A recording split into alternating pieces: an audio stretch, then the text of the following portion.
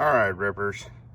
Here's some lessons learned from the range on these last couple outings. Things I want to share with you guys. First off, always go out and test your equipment. These here are Butler Creek 1022 mags, or what they call 2522s. They hold 25 rounds, but as you can see, they've got plastic feed lips, plastic lockups that lock it into the magazine release, right? Now they're great. The thing about these are, and they've got a coiled spring, like a coiled up piece of wire, you know what I mean, or a flat piece of metal that as it expands, it wants to curl back up. Now these things either work great, like really work great, or they don't work great at all. And some of that is due to you need to break them in a little more. These were all brand new, so never trust your life or competition or whatever you're doing on brand new gear that hasn't been tested.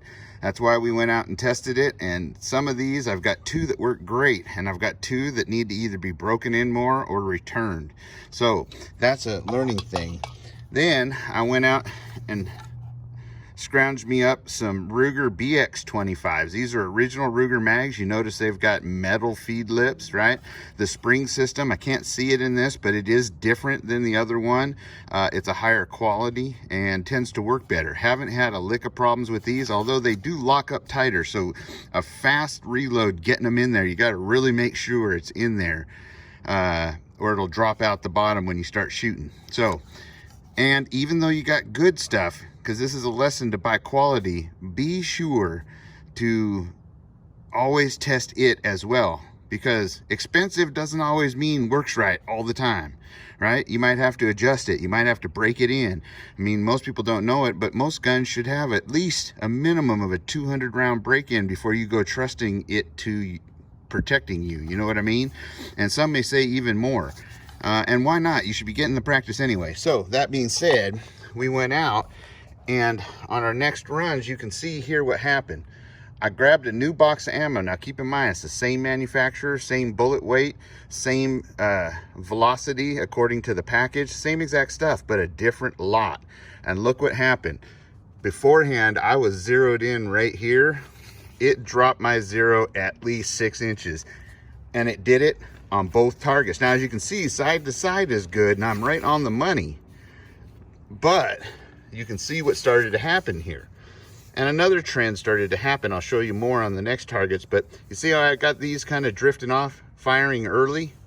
Well, as you transition from target to target and you start to, put pressure on the trigger and acquire this target, don't be in a rush to break it, and make sure to at least make a small stop to break it and then move. Because I think what's happening is I'm either touching it off a little too early as I transition into the target. I'm pulling it just a little too early because it's a really light trigger, or as I'm moving out this way, like I come in and I'm moving back and it's triggering coming back, right? So be aware of that. Don't get in a hurry to break that trigger. Now you can see what happened here. Here I was on the money, right? Only had one, but it broke the line, so that counted. I had all 50 rounds right there. But as I transitioned 4 feet over to this target, you can see what started happening. I think I started going like this and breaking early and coming back, right? So even though I was braking, I thought because of my eye, I would make my stop here, but I was braking early, and at that split 1/10 of a second, it looked like it was here, but really I'm braking early. So I'll break that habit before the next time out to the range, if you know what I'm saying. That, I think, will give us a clean run like here, right here, and I think we're gonna kill this thing. So there's my lessons for today. You guys be sure to have a great Tuesday coming up. I hope that your Martin Luther King Day was as wonderful as mine was. Got to see my kids, got to spend some time at the range, got to play with the dog, and I got to eat more birthday cake because my birthday dinner came late. It was on the 7th, my birthday, but we waited till the kids got into town to have the birthday. So we went out and had 2 birthday meals this weekend. So I ate good, which means I'm gonna have to hit the walk-in even harder, right?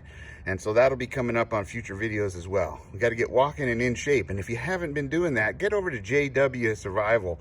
He's walking, and he's got a team of people walking. You too can join. I joined, and we're gonna see about walking as much as we can and how much weight we lose. as well as other things. He gives tips on eating and so forth else. It's really great. So anyway, check it out. Be sure to keep checking out the videos over on Rip Curl Readiness at the Range. If you haven't signed up for Rip Curl Readiness at the Range, you really are missing out. And we need all the rippers over there. We've got almost 4,000 rippers over on Rip Curl Readiness. We should have 4,000 at Rip Curl Readiness at the Range. So if you're a Rip Curl Readiness subscriber, get on over to Rip Curl Readiness at the Range and have some fun with some cool tools and some good techniques. Until next time, stay safe, stay secure, always be aware of your surroundings, and be getting ready and prepared for anything that may come our way. Adios.